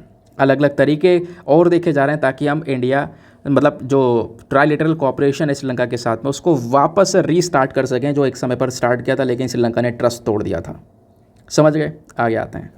तो ट्रिंकोमाली जो ऑयल टैंकर वाला कॉन्सेप्ट बताया था तो वो तो अलग है, उसके लिए इंडिया काम कर रहा है, यहाँ पे श्रीलंका से बातचीत कर रहा है। उसके अलावा श्रीलंका और इंडिया बात कर रहे हैं एक ऑयल पाइपलाइन के लिए, इंडिया से सीधा ट्रिंकोमाली तक ऑयल पाइपलाइन यहाँ पर पहुँचाया जा सके, ठीक है, ट्रिंकोमाली के पोर्ट तक। उस पाइपलाइन को लेकर भी डिस्कशंस चल रहे हैं ताकि जो सीधा फ्यूल है वो सीधा यहाँ पे हम लोग श्रीलंका के ट्रिंकोमाली पोर्ट तक पहुँचा सकें।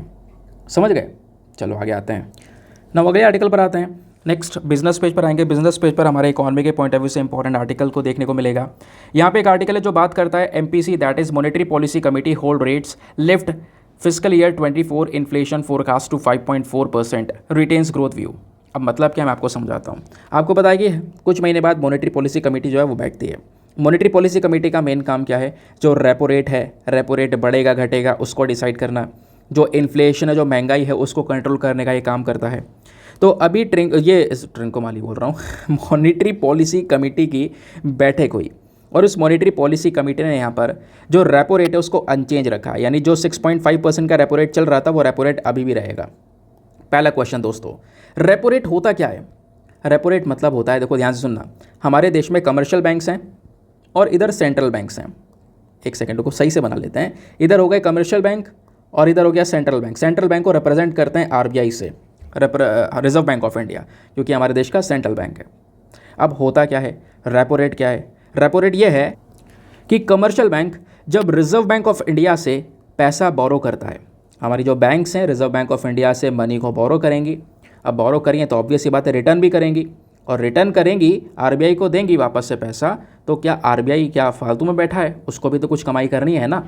तो आरबीआई को जब रिटर्न करेंगी तो वो एक इंटरेस्ट पर करेंगे, एक ब्याज पर देंगी, यानी वो पैसा तो रिटर्न करेंगे साथ ही साथ ब्याज भी देंगी। जो एक्स्ट्रा ब्याज दिया गया है उसी को अपन रेपो रेट बोलते हैं। क्या बोलते हैं? Repo rate.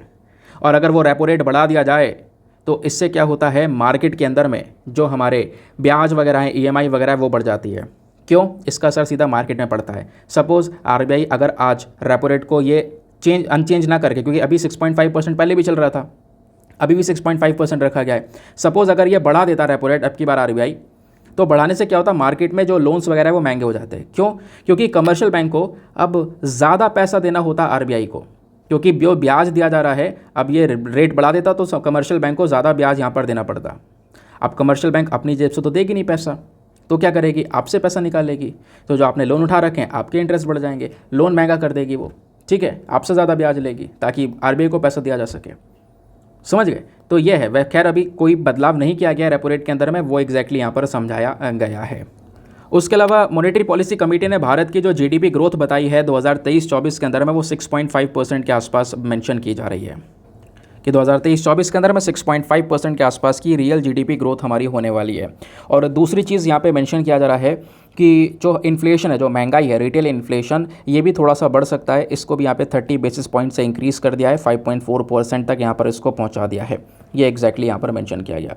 दोस्तों अगर रेपो रेट के बारे में CRR, SLR, cash reserve ratio, statutory liquidity ratio, इन सब चीज़ों के बारे में जानना है तो एक सेपरेट वीडियो मेरे दूसरे वाले चैनल पर अपलोडेड है, आप उस वाले चैनल पर जाना। क्या करना है, सीधा लिखना what is repo rate, what is repo rate by Deepa Yadav education लिख दोगे, 2.0 भी लिख दोगे तो आपको वो चैनल मिल जाएगा। 2.0 वाला चैनल है वो, वहाँ पे अब कुछ वीडियोस वापस अपलोड करना स्टार्ट करूँगा। एक समय पर अपलोड करता था तो उस पर एक अच्छा वीडियो अपलोडेड है, वहाँ पे आपको CRR, SLR, ये सारी चीज़ों की जानकारी बहुत डिटेल से मिल जाएगी। समझ गए इस बात को? तो इतना तो आपको क्लियर हो गया। एग्ज़ाम के लिए क्या पढ़ना है? एग्ज़ाम के लिए सबसे पहली चीज़ आपने जो पता होनी चाहिए वो है MPC that is monetary policy committee. ये एग्जैक्टली होती क्या है आओ समझते हैं। मॉनेटरी पॉलिसी कमेटी, एक सेकेंड यार, हाँ ये रहा। मॉनेटरी पॉलिसी कमेटी कैसे बनी है? ये कमेटी का जो ओरिजिन है वो कहाँ से होता है? जो रिजर्व बैंक ऑफ इंडिया को लेकर हमारा एक्ट है 1934 का, उसी के अंदर में सेक्शन 45ZB के अंडर में आप कह सकते हो जो हमारी सेंट्रल गवर्नमेंट है उसको पावर मिल जाती है कि वो 6 मेंबर की मॉनेटरी पॉलिसी कमेटी को बना सकती है। तो मॉनेटरी पॉलिसी कमेटी में कितने होते हैं मेंबर? 6 मेंबर्स होते हैं, ठीक है। और इस मॉनेटरी पॉलिसी कमेटी का मेन काम क्या होता है कि भाई जो हमारा महंगाई है, इन्फ्लेशन, उसको टारगेट में रखना है ना, जो पॉलिसीज़ हैं जैसे रेपो रेट वगैरह है, इन पॉलिसी रेट्स को यहाँ पर डिफाइन करके चलना कि कितना रेट रहना है। अब ये जो 6 मेंबर्स होते हैं मॉनेटरी पॉलिसी कमेटी में, इसमें कौन कौन होते हैं? सबसे पहले आरबीआई के गवर्नर जो होते हैं इस कमेटी के चेयरपर्सन होते हैं, एक्स ऑफिशियो चेयरपर्सन, क्योंकि आरबीआई के गवर्नर भी हैं, इधर ये चेयरपर्सन भी हैं। सेकेंड, जो डेप्यूटी गवर्नर होते हैं वो यहाँ पर इस मॉनेटरी पॉलिसी के इंचार्ज होते हैं। फिर उसके बाद में कह सकते हो इस बैंक का यानी रिजर्व बैंक ऑफ इंडिया का एक ऑफिसर भी होता है जिसको नॉमिनेट करती है हमारी केंद्र सरकार। तो ये तो हो गए 3 मेंबर्स। बाकी जो एक्स्ट्रा 3 पर्सन होते हैं वो हमारी केंद्र सरकार अपॉइंट करती है। केंद्र सरकार उनकी एक्सपर्टीज़ के बेसिस के ऊपर यहाँ पे उनको अपॉइंट करती है कि उनकी क्या एक्सपर्टीज़ है इकोनॉमिक्स की फील्ड के अंदर में, बैंकिंग में, फाइनेंस में, मॉनेटरी पॉलिसी में, उसके बाद उनको अपॉइंट किया जाता है। समझ गए। मॉनेटरी पॉलिसी के अंदर में कई सारे इंस्ट्रूमेंट्स आते हैं, कई सारी चीज़ों को देखने का काम करता है मॉनेटरी पॉलिसी, जैसे repo rate, standing deposit facility, marginal standing facility rate, liquid adjustment facility, LF corridor, fine tuning operations, reverse repo rate, bank rate, cash reserve ratio, statutory liquidity ratio, open market operations, ये सारी चीज़ें यहाँ पर हमारी decide करने का काम करता है monetary policy committee. Monetary policy committee के ये सारे के सारे कॉम्पोनेंट्स हैं। ये क्यों बताया मैंने, क्योंकि यहाँ से सवाल बन सकता है। यूपीएससी ने 2015 में यहीं से एक प्रश्न पूछ लिया था। क्वेश्चन ये था कि इंडियन इकोनॉमी के रेफरेंस में जो ये 4 चीज़ें आपको स्क्रीन पर दी गई हैं, bank rate, open market operation, public debt और पब्लिक रेवेन्यू, बताओ इन चारों में से कौन कौन सी चीज़ें हैं जो मॉनेटरी पॉलिसी के कॉम्पोनेंट्स हैं। तो अभी हमने क्या क्या पढ़ा, ओपन मार्केट ऑपरेशन जी है पढ़ा था हमने, उससे पहले बैंक रेट जी है पढ़ा था ये भी, पब्लिक डेट नहीं पढ़ा, पब्लिक रेवेन्यू नहीं पढ़ा। तो इन दोनों को छोड़कर ऊपर वाले 2 हमारे मॉनेटरी पॉलिसी कमेटी के कंपोनेंट्स हैं। That is why answer number C 1 and 2 is the correct answer. ठीक है, नाउ चलते हैं एडिटोरियल डिस्कशन पर। दोस्तों आज का एडिटोरियल डिस्कशन बहुत ज़्यादा इंपॉर्टेंट है। काफ़ी सारे आर्टिकल आज हम लोग यहाँ पे कवर करेंगे, क्योंकि आज फ्राइडे है, तो फ्राइडे में एक इंटरव्यू भी आता है हर साल, सॉरी हर रोज़। तो आज भी आया हुआ है और मैं आपको बता दूं आज का टॉपिक इंटरेस्टिंग है और आज का मेंस का क्वेश्चन भी आपका इसी आर्टिकल के ऊपर बेस्ड है। तो यहाँ पे 2 राइटर हैं जिनके आपस में बातचीत चल रही है। एक तरफ है ज्योति अरोरा जो कि mount Abu public school Delhi की प्रिंसिपल हैं, दूसरी तरफ यहाँ पर के आर मलाठी हैं, एक एजुकेटर हैं जिनको टीचिंग पूरी की पूरी से इंडस्ट्री में काफ़ी ज़्यादा एक्सपीरियंस हो चुका है, बहुत लंबे समय से टीचिंग कर रही हैं। तो अभी हम समझेंगे कि इनके आखिरकार क्या पॉइंट ऑफ व्यूज़ हैं। टॉपिक क्या है, टॉपिक ये है should there be a blanket ban on smartphone in schools. जो हमारे स्कूल्स हैं वहाँ पर स्मार्टफोन के ऊपर पूर्ण तरीके से बैन लगा देना चाहिए। ब्लैंकेट बैन का मतलब है कंप्लीटली बैन लगा देना। क्या स्मार्टफोन्स पे कंप्लीटली बैन लगना चाहिए या नहीं लगना चाहिए? तो एक राइटर हैं जो कि बोल दिए हैं कि हाँ कंप्लीटली बैन लगना चाहिए। एक राइटर हैं जो कि बोल रही हैं नहीं कंप्लीट बैन नहीं होना चाहिए, थोड़ा सा छूट मिलनी चाहिए, क्योंकि बाहर विदेशों के अगर स्कूल्स देखोगे तो वहाँ पर छोटे छोटे बच्चे 14-15 साल तक के बच्चों को भी अलाउ किया गया है। कहाँ पे अलाउ किया गया है वो भी हम यहाँ पे डिस्कस करेंगे। तो क्या है राइटर के पॉइंट ऑफ व्यू, चलो एक एक करके समझेंगे, ध्यान से सुनना क्योंकि मेंस का क्वेश्चन इसी पे लिखना है। तो राइटर ने सबसे पहले यहाँ पर बोला है, बहुत ध्यान से सुनते हुए चलना, मैं यहाँ से एक एक करके सारे के सारे पॉइंट्स आपको बताता हुआ चलूँगा, स्क्रीन पर तो आपको दिख रहा होगा कि इंडिया के पास में लगभग 1.2 बिलियन मोबाइल फ़ोन यूज़र्स हैं। कितने? 1.2 billion mobile phone users Bharat में देखने को मिलते हैं, यानी कि जिसमें मोबाइल फ़ोन में केवल स्मार्टफोन नहीं, बटन वाले फ़ोन, ये सारे फ़ोन्स हैं। लेकिन 1.2 बिलियन मोबाइल फ़ोन यूज़र्स में से 600 से ज़्यादा मिलियन स्मार्टफोन यूज़र्स हैं जिनके पास में स्मार्टफोन है। और बोला जा रहा है ये जो स्मार्टफोन यूज़र का नंबर है ये 2026 तक 1 बिलियन को क्रॉस कर जाएगा। ये राइटर ने डेलॉइट की स्टडी से उठाकर यहाँ पे बताया है। लास्ट महीने यूनेस्को ने एक यूनिवर्सल बैन को रेकमेंड किया कि दुनिया भर के अंदर में जो भी स्कूल्स हैं हमारे, स्पेशली स्कूल्स, कॉलेज की बात नहीं हो रही है, स्कूल्स की बात हो रही है, स्कूल्स में स्मार्टफोन्स के यूजेज को पूरी तरह से बैन कर दिया जाए, क्योंकि कहीं ना कहीं यहाँ पर इससे बच्चे का जो फोकस है वो तो ख़राब हो ही रहा है। दूसरी चीज़, बच्चे के ऊपर साइबर बुलिंग भी हो सकती है, उससे बचाव के लिए कहीं ना कहीं स्मार्टफोन को बैन करना चाहिए। फिर उसके बाद 10 अगस्त को यहाँ पर एक एडवाइजरी जारी की गई, उसका टाइटल था restrictions on the use of mobile phones in school premises under the rule of 43 of DSCR 1973। इसके अंदर भी मेंशन किया गया कि जो हमारे मोबाइल फ़ोन से इसके ऊपर पूरी तरह से रोक लगाई जाए और हमारे स्कूल के एनवायरनमेंट को एक पढ़ने वाला एनवायरनमेंट बनाया जाए। अब इसी कॉन्वर्सेशन को आगे ज्वाइन करती हैं ज्योति अरोरा और के आर मलाठी। इनका क्या कहना है, आओ सबसे पहले इनके पॉइंट ऑफ व्यूज़ को जानते हैं। सबसे पहले जो राइटर है ऊपर वाली, ठीक है, जो एक स्कूल की प्रिंसिपल है, इनका कहना यहाँ पर यह है, यूनेस्को ने क्लियरली वार्निंग दी है और ये वार्निंग इंपॉर्टेंट भी है, इसको हमें ध्यान में रखना चाहिए। हाँ, वो बात अलग है कि जिस तरीके से डिजिटल टेक्नोलॉजी बढ़ती चली जा रही है इसने एजुकेशन में ढेर सारी वैल्यू को ऐड किया है, लेकिन क्लियरली ये एक थ्रेट भी है, एक खतरा भी है। जो मोबाइल डिवाइसेस हैं ये बच्चों के लिए केवल डिस्ट्रैक्शन है, उसके अलावा कुछ नहीं है। ठीक है, मोबाइल फ़ोन जो हैं इनको एजुकेशन सिस्टम में बिल्कुल भी कदा भी नहीं अलाउ करना चाहिए, ये यहाँ पर इनका पॉइंट ऑफ व्यू है। इनका कहना यहाँ पर यह है कि अगर आप फ्यूचर देखोगे तो बिल्कुल वो फ्यूचर कहीं ना कहीं आने वाले समय पर टेक्नोलॉजी के ऊपर कम्प्लीटली डिपेंडेंट होने वाला है, लेकिन कहीं ना कहीं यहाँ पर जो ये बच्चे हैं ये हमारे फ्यूचर हैं, तो स्मार्टफोन मिलना चाहिए, लेकिन स्कूल्स के अंदर में यहाँ पर इसको अलाउ नहीं करना चाहिए, स्कूल्स के अंदर में इसके ऊपर बैन लगाना चाहिए। ठीक है, क्योंकि यहाँ पर कहीं ना कहीं ये एक सबसे बड़ा सोर्स माना जाता है डिस्ट्रैक्शन का। फिर वो बच्चा वहीं सी में नोटिफिकेशन में और इन सब चीज़ों में यहाँ पे लगा रहेगा, मोबाइल फ़ोन में, सोशल मीडिया के ऊपर में, गेम्स को प्ले करने में, इसमें उसका जो फोकस है वो ख़राब हो जाएगा। और आपको पता है एक बार फोकस बिगड़ गया तो उसको मेंटेन करने में ज़मानों लग जाते हैं, बहुत मुश्किल से वो फोकस मेंटेन हो पाता है। राइटर का बिलीव करना है कि जो मोबाइल फ़ोन है इसके बेनिफिट्स हैं, लेकिन उसके नुकसान बच्चों के लिए थोड़े ज़्यादा हैं, इससे बच्चों को ज़्यादा डैमेज हो सकता है। अब जो दूसरी राइटर है हमारी मलाठी, उनका कहना यह है कि बाकी अगर हम लोग 2019 से पहले का सिचुएशन देखें, कोविड से आने के पहले का सिचुएशन, तो पैंडेमिक से पहले जो स्मार्टफोन है वो इतना ज़्यादा नहीं हुआ करते थे किसी जगह पर, लेकिन जैसे ही पैंडेमिक आया हर एक व्यक्ति के हाथ में स्मार्टफोन आ गया। इवन पेरेंट्स ने खुद स्मार्टफोन दिलाकर दिया है बच्चे की पढ़ाई के लिए। लेकिन जब बात करते हैं हम लोग अलग अलग कंट्रीज़ की, for example Finland, Australia, England और बाकी सारे कुछ और डेवलप्ड नेशंस जो पूरी तरह से विकसित हो चुके हैं, उन्होंने स्मार्टफोन्स को अपने स्कूल्स में अलाउ कर रखा है। ठीक है, अगर हम उसको कंप्लीटली बैन लगा देंगे तो वो सही उत्तर नहीं होगा। दूसरी राइटर का कहना है कि कंप्लीटली बैन नहीं लगाना चाहिए, क्योंकि जो स्मार्टफोन्स है वो हर जगह पर है, बच्चा कहीं से भी एक्सेस कर सकता है। आप बैन लगा दो, बच्चा छुपा के लिए आएगा। एंड यहाँ पे जिस तरीके से जो एडटेक प्रोडक्ट्स बढ़ते चले जा रहे हैं हमारे मार्केट के अंदर में, हम लोग डिजिटाइजेशन की बात करें, इवन सरकार नेशनल एजुकेशन पॉलिसी लाई है। अब नेशनल एजुकेशन पॉलिसी में स्मार्टफोन को बड़ा इंपॉर्टेंस दिया गया है। जो स्टेट की हमारी एक्टिविटीज़ हैं, कॉलेजेस की एक्टिविटीज़ है, उसमें काफ़ी सारे QR कोड्स लगे हुए हैं। अब स्मार्टफोन नहीं होगा तो ये सारा काम कैसे हो पाएगा? तो इनका कहना यह है कि आर्टिफिशियल इंटेलिजेंस एक बड़ा पिक्चर बन चुका है और आने वाले समय पर और बड़ा पिक्चर बनने वाला है। तो बच्चों को जब अभी से नहीं इस चीज़ की नॉलेज होगी तो वो फिर आगे जब कॉलेजेस में जाएंगे तो उसको कैसे यहाँ पर वो हैंडल कर पाएंगे। अलग अलग देशों में अगर आप देखोगे तो 16 साल तक बच्चा है, जैसे कि अगर हम बात करें तो 16 साल है या फिर 12 साल है। जैसे फिनलैंड के अंदर में 12 साल तक बच्चे को यहाँ पर अलाउ किया हुआ है, वो फ़ोन्स लेकर आ सकते हैं क्लासरूम्स के अंदर में। लेकिन हमारे कंट्री में अगर आप बैन करते हो तो बच्चा कैसे ना कैसे यहाँ पर लेकर आएगा, और कहीं ना कहीं यहाँ पर इससे जब लेकर आएगा बच्चा स्कूल के अंदर में तो बड़ी प्रॉब्लम बढ़ेगी। हमारे स्कूल का जो सिक्योरिटी मैनेजमेंट है उसको हमें इम्प्रूव करना पड़ेगा, चोरी भी हो सकता है, बहुत सारी प्रॉब्लम्स हो सकती हैं। लेकिन कहीं ना कहीं आज के समय पर आप मानो या मानो ना मानो, कोविड-19 की वजह से जो ये मोबाइल फ़ोन से बच्चों का रिक्वायरमेंट बन चुका है। हाँ, हम उनके यूजेज के ऊपर रिस्ट्रिक्शन लगा सकते हैं, कॉलेजेस के अंदर यूज़ करने से रोक सकते हैं, लेकिन लाना यहाँ पे पूरी तरह से कम्प्लीटली बैन कोई फ़ायदेमंद नहीं रहेगा। ठीक है, काफ़ी सारे स्कूल्स में ऐसा होता है, जैसे इंग्लैंड में जो हैं वो बच्चे अपना मोबाइल फ़ोन लेकर आते हैं, ठीक है, और लेकिन वो अपने मोबाइल फ़ोन को डिपॉजिट कर देते हैं।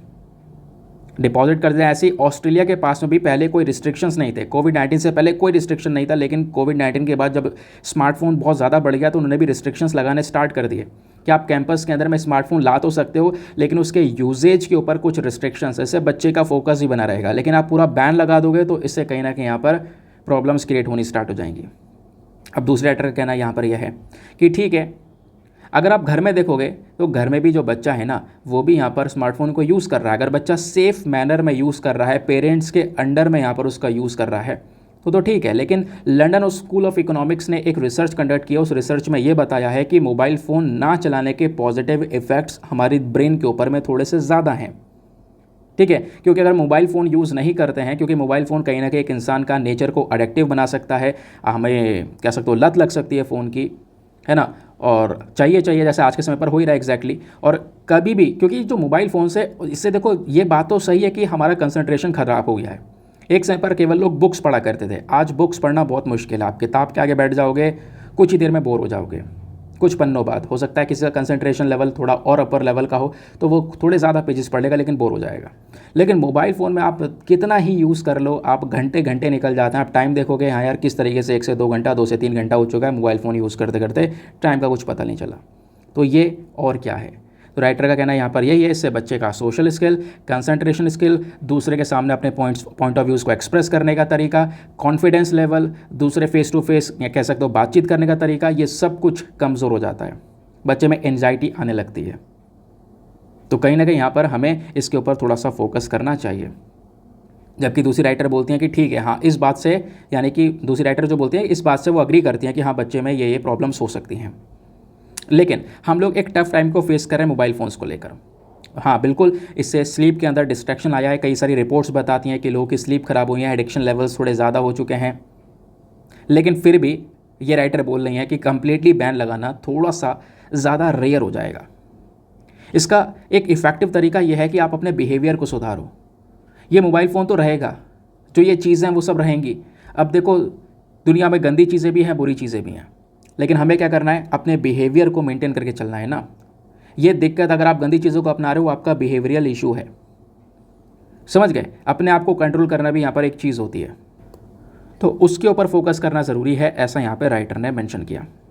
इनका कहना यह है कि देखो, स्कूल में फ़ोन अलाउ करो, ऐसा नहीं कह रही है कि यहाँ प्राइमरी स्कूल एज के लिए कम से कम 14 साल से ऊपर बच्चा हो तो उसी के लिए यहाँ पे अलाउ किया जा सकता है, क्योंकि वो सीधा फिर उसके बाद कुछ साल पढ़ने के बाद में, अपना 12th करने के बाद में कॉलेज में पहुँचेगा, वहाँ पर उसको फ़ोन मिलेगा, वहाँ पर कोई रोक टोक ऐसी है नहीं, समझ गए। बाकी बात रही एडिक्शन की, तो बच्चे के हमें बिहेवियर में थोड़ा सा फोकस करना होगा, थोड़ा सा सुधार करना होगा, और नहीं तो फिर अगर ऐसा भी कुछ नहीं है तो दोनों राइटर मिलकर एक बढ़िया सोल्यूशन देते हैं, और वो सोल्यूशन मुझे भी काफ़ी बढ़िया लगा। सोल्यूशन क्या है दोस्तों, अगर आपसे कुछ पूछा जाए ना कि हाँ स्मार्टफोन्स को अलाउ करें या ना करें, इसका सोल्यूशन क्या हो सकता है? इसका सोल्यूशन यहाँ पर यह है कि आप स्कूल में स्मार्टफोन अगर लाने दे रहे हो, ठीक है, उसको जमा कर लो, उसको डिपॉजिट कर लो, लेकिन बच्चे को स्कूल में एक डिजिटल स्पेस दे दिया जाए। Digital space for example library के अंदर में आप थोड़ा इंटरनेट और कंप्यूटर का एक्सेस बच्चे को दे दो। अगर आपने ऑनलाइन का यूज़ कर ही ना है, क्योंकि बात यहाँ पर मोबाइल फ़ोन लाने की बात की जा रही है, ऐसा नहीं है कि वहाँ पर स्कूल में बैठ के सोशल मीडिया प्लेटफॉर्म चलवाने के लिए मोबाइल फ़ोन मंगवा रहे हैं, ठीक है, या रील्स देखने के लिए मोबाइल फ़ोन मंगवा रहे हैं, ऐसा नहीं है। मोबाइल फ़ोन मंगवा रहे हैं एजुकेशन पर्सपेक्टिव से, कि आपको ज़रूरत पड़ेगी तो आप यहाँ पे उसका यूज़ कर सकते हो, कुछ चीज़ें रिसर्च करनी आप आराम से कर सकते हो। लेकिन यहाँ पे क्या है, इसका ये सोल्यूशन ये है कि आप स्कूल का जो लैपटॉप है, स्कूल के अंदर हम लाइब्रेरीज़ में लैपटॉप्स, टैबलेट्स और कंप्यूटर्स हैं, इसको यहाँ पे यूज़ कर सकते हैं, एक डिजिटल स्पेस बना सकते हैं। तो डिजिटल स्पेस के लिए एक अच्छा इंफ्रास्ट्रक्चर चाहिए, समझ गए। तो एक अच्छे इंफ्रास्ट्रक्चर के लिए पैसा खर्चना होगा, बच्चा स्कूल में ही अपने सारे काम कर सकेगा, ये एक सबसे बढ़िया चीज़ है। क्लियर, इसके अलावा कोई और बढ़िया सॉल्यूशन है ही नहीं। इससे कंसंट्रेशन लेवल भी होना रहेगा, जो काम की चीज़ होगी, जो रिक्वायरमेंट होगा उतना ही सर्च होगा, टीचर भी रहेगा, सारा काम यहाँ पे अपने रूल्स एंड रेगुलेशंस के अंडर में किया जाएगा। बाकी छुट्टी के समय पर वो अपना फ़ोन जो उसने डिपॉजिट किया था वो लेकर चला जाएगा। क्लियर हो गया? तो ये था यहाँ पे पूरा का पूरा डिस्कशन। नाउ अब आते हैं आज के मेंस के क्वेश्चन की तरफ। तो मेंस का क्वेश्चन थोड़ा इंटरेस्टिंग है और इसी सिमिलर क्वेश्चन को आपने अटैम्प्ट करना है। क्वेश्चन क्या बोलता है, should there be a blanket ban on smartphones in schools? Discuss, मतलब वही आर्टिकल यही है, क्या स्कूलों में स्मार्टफोन पर पूर्ण तरीके से प्रतिबंध लगना चाहिए? चर्चा करें 250 शब्दों में। अगर कोई बिल्कुल एक्सट्रीमली फेवर में हाँ करना ही चाहिए तो अपने पॉइंट ऑफ व्यूज़ पे अटल रहना, और कोई है कि बिल्कुल नहीं करना चाहिए तो अपने खुद उस पॉइंट ऑफ व्यूज़ पर अटल रहना, और लास्ट में सोल्यूशन देना, कंक्लूजन देना कि अगर करना चाहिए तो क्यों करना चाहिए और नहीं करना चाहिए तो क्यों नहीं करना चाहिए, एक ठोस रीज़न के साथ में। 250 शब्दों में लिखना आंसर लिखने के बाद में कहाँ पे सबमिट करना है, टेलीग्राम पर जाना, वहाँ पे जाके सर्च बॉक्स में लिखना दीपक यादव एजुकेशन मेंस ग्रुप, आपको फुल फॉर्म लिखना है। मेरा टेलीग्राम चैनल मिलेगा जहाँ पर 70,000 से ज़्यादा लोग ऑलरेडी जुड़ चुके हैं, आप भी जुड़कर वहाँ पे आंसर्स को लिखकर सबमिट कर सकते हो। दोस्तों जब आप अपने आंसर को लिखकर सबमिट करोगे तो साथ ही साथ में एक छोटा सा काम और करना है, एटलीस्ट सभी लोगों को 2-2 आंसर्स रिव्यू करना है। जब आप सभी लोग 2-2 आंसर्स को रिव्यू करोगे तो बहुत सारे फ़ायदे होंगे आपको भी और सामने वाले को भी। आपको कुछ इंपॉर्टेंट पॉइंट्स मिल सकेंगे जो आप अपने नोट्स में इंक्लूड कर सकते हो। सामने वाले के आंसर में अगर कोई मिस्टेक होती है तो आप उनको बता सकते हो कि यहाँ पर इंप्रूवमेंट की आवश्यकता है। नेक्स्ट एडिटोरियल, अगला जो एडिटोरियल है यहाँ पर गौतम भाटिया साहब ने लिखा है, एक दिल्ली बेस्ड लॉयर हैं। ये क्या बात करता है मैं आपको पहले एक ओवरव्यू दे देता हूँ ताकि आपको एक कॉन्टेक्स्ट समझ में आ जाए। ठीक है, आजकल क्या हो रहा है, एक नया लॉ चल रहा है बुलडोज़र जस्टिस। बुलडोज़र जस्टिस मतलब अभी आपने देखा जैसे हरियाणा में नूह में वायलेंस जो हुआ ना, जो एक कम्युनल वायलेंस हुआ, उस वायलेंस के बाद में लोगों के घर तोड़ दिए गए। जिन्होंने यहाँ पर ये पूरा का पूरा ये राइट किया था, ये दंगा किया था, उस दंगे में जो भी लोग शामिल थे उनके घर तोड़ दिए गए। और ये बुलडोज़र जस्टिस पिछले 1 साल से काफ़ी पॉपुलर हो चुका है। काफ़ी सारी जगह पर जो लोग यहाँ पर पाए गए हैं इस तरीके से हरकत करते हुए उनके घर तोड़े जा रहे हैं। तो राइटर जो है इस बुलडोज़र जस्टिस के पूरी तरह से खिलाफ हैं, एक्सट्रीमली अगेंस्ट आपको यहाँ पर देखने को मिलेंगे। इनका कहना यह है कि यह सबसे गंदा तरीका है और घटिया तरीका है यहाँ पर जस्टिस का। इसकी जगह यहाँ पर कुछ और चीज़ें होनी चाहिए थी। वो क्या होनी चाहिए थी, चलो एक एक करके यहाँ पर सारी पॉइंट डिस्कस करेंगे। तो इनका सबसे पहला पॉइंट है यहाँ पर ये कहना कि जो हाल ही में वायलेंस हुआ नूह के अंदर में, इससे हमें यहाँ पर देखो ऐसे ना वायलेंस जो है, ये जो पैटर्न है वो फेमिलियर हो चुका है, लगातार ऐसे वायलेंस यहाँ पे नज़र आ रहे हैं, कम्युनल वायलेंस। और अब इनका कहना यहाँ पर यह है कि उस वायलेंस के दौरान जब ये पूरा का पूरा दंगा निपटा ख़त्म हुआ तो उसके बाद जो एक्यूज़ थे, जो दोषी साबित हुए हैं, उन सबके घर जो है वो तोड़ दिए गए, सीधा उनके ऊपर बुलडोज़र चला दिया। और इसी बुलडोज़र से घर तोड़ने को नाम दिया गया है बुलडोज़र जस्टिस। और 1 साल से ज़्यादा हो चुका है ये बुलडोज़र जस्टिस हर जगह पर दिखाई पड़ रहा है। मध्य प्रदेश के अंदर खारगोन से खंबत, गुजरात के अंदर में, दिल्ली में जहांगीरपुरी में, उसके बाद में असम के अंदर नगांव में, सभी जगह पर ये जो लोग इनके घर तोड़े गए हैं, इस तरीके का बुलडोज़र जस्टिस यहाँ पे नज़र आया है। ठीक है, और ये बुलडोज़र जस्टिस लगातार पॉपुलर होता हुआ चला जा रहा है। अब राइटर का कहना यहाँ पर है इस तरीके से यहाँ पे लोगों का जो घर है इसका डिमोलिशन कर देना, इस घर को यहाँ पर तोड़ देना। और जब यहाँ पे सरकार से क्वेश्चन पूछा गया कि क्यों आपने घर तोड़े, तो सरकार का जवाब क्या आया, क्योंकि घर इल्लीगल स्ट्रक्चर है, अवैध तरीके से सरकारी ज़मीन को कब्जा कर इन्होंने अपना घर बनाया है, ये एरिया बनाया है, ये कह के यहाँ पे घर तोड़ दिए गए। जब भी कोर्ट के अंदर ये मामला चैलेंज होता है, भाई घर तोड़ दिया गया, तो कोर्ट में यही बार बार बोला जाता है। राइटर बोलते हैं कब तक बोलोगे, हर एक केस में ये थोड़ी ना हो सकता है कि बार बार एंक्रोचमेंट होगा। सबसे बड़ा एंक्रोचमेंट तो यहाँ पर दिल्ली में हुआ है, तो दिल्ली में तो वहाँ पे कोई बुलडोज़र नहीं चला है। सबसे बड़ा जो एंक्रोचमेंट वहाँ पर है, तो कई सारी सरकारी ज़मीन पर लोग हैं जो कि बनाकर रह रहे हैं, वहाँ पे कोई बुलडोज़र नहीं चला है। तो जो यहाँ पे गवर्नमेंट की साइड से बार बार कोर्ट के अंदर में अपनी कह सकते हो सफाई दी जाती है इस चीज़ को लेकर कि कहीं ना कहीं ये लोगों ने गलत तरीके से घर बनाया है, इसकी वजह से यहाँ पर इसको तोड़ दिया जाता है, तो वो चीज़ गलत है और कोर्ट को भी समझना होगा। क्योंकि पिछले जब से ये बुलडोज़र जस्टिस चल रहा है, कोई भी कोर्ट आज के समय पर बोल भी नहीं रहा है। किसी भी कोर्ट ने यहाँ पर इस डिमोलिशन को लेकर कोई भी जो केसेस है वो नहीं, मतलब इसके ऊपर कोई भी एक्शन नहीं लिया है, कोई भी बात नहीं बोली है। तो कहीं ना कहीं यहाँ पर ये जो बात है, बार बार डिमोलिशन की जब बात आती है तो ये बोलते हैं कि उन्होंने गलत तरीके से, अवैध तरीके से कब्जाया। राइटर बोलता है ये हमारे लिए जानना ज़रूरी है कि देखो ऐसा कुछ भी नहीं है। जब बात आती है अनऑथोराइज स्ट्रक्चर की, तो ऐसा कुछ भी नहीं है, क्योंकि अनऑथोराइज स्ट्रक्चर देश में कई सारी जगह पर है और वहीं पर डिमोलिशन हो रहे हैं। वहाँ पे डिमोलिशन बिल्कुल भी नहीं हो रहे हैं, वहाँ पर लोगों के घर नहीं तोड़े जा रहे हैं। लेकिन जब भी कुछ इस प्रकार का कोई वायलेंस होता है, वायलेंस के बाद तुरंत न्यूज़ आती है इसका घर तोड़ दिया गया। ठीक है, तो इनका कहना यहाँ पर यह है कि घर तोड़ देना आसान है, लेकिन घर तोड़ने से पहले ये तो समझो उस व्यक्ति का रिहैबिलिटेशन आप कैसे प्रोवाइड करवाओगे, उसको दूसरी जगह पर यहाँ पे कैसे सर के ऊपर छत मिलेगी, एग्जैक्टली ये मेंशन करते हैं राइटर थोड़ा सा यहाँ पे सपोर्ट में है जो भी लोगों का घर टूट रहा है उनके। इनका कहना यहाँ पर यह है कि अगर लोग का घर तोड़ रहे हो तो उनका दूसरी जगह पर सेटलमेंट कैसे करना है। सेटलमेंट मतलब ये नहीं एक जगह से उठा दिया दूसरी जगह पर फेंक दिया, एक अच्छा सेटलमेंट, ठीक है, एक अच्छा सेटलमेंट जिसके अंदर वो आराम से रह सके।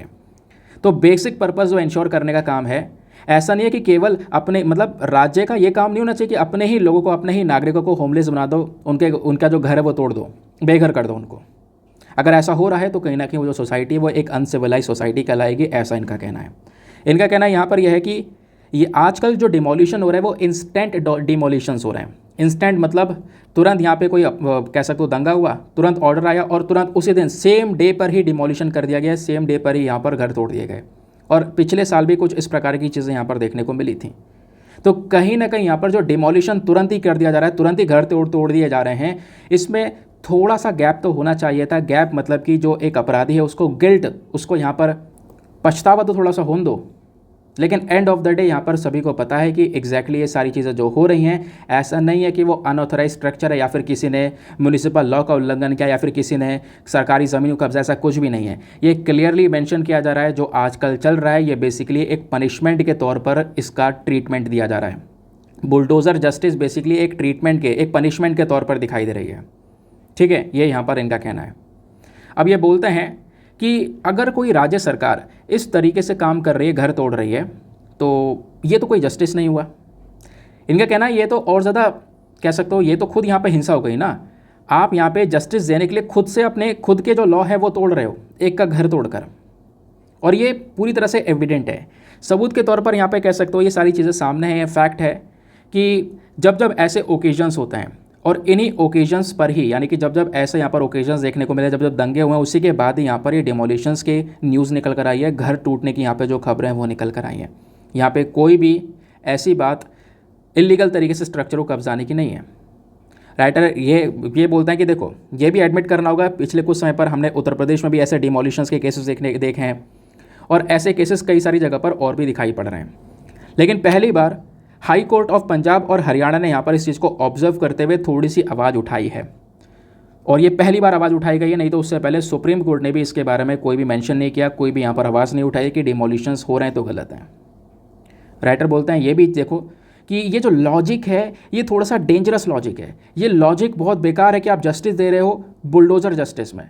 बुलडोज़र जस्टिस एक प्रकार का कलेक्टिव पनिशमेंट हो गया, और यहाँ पे जो आप पनिशमेंट है ये एक इंसान को गिल्ट प्रूवन होने से पहले ही दे रहे हो, उसको अपराधी प्रूवन होने से पहले ही आपने दे दिया। आपने देखा कि यहाँ वो दंगे कर रहा था, लॉ पास किया, ऑर्डर पास किया और तुरंत यहाँ पे उसका घर तोड़ दिया। घर तोड़ने से यहाँ पर चलो व्यक्ति को सज़ा मिली, लेकिन उसके परिवार वाले का भी तो घर टूटा है, जो इनोसेंट फैमिली मेम्बर्स हैं उसको भी वहाँ पर फिर पनिशमेंट मिल रहा है।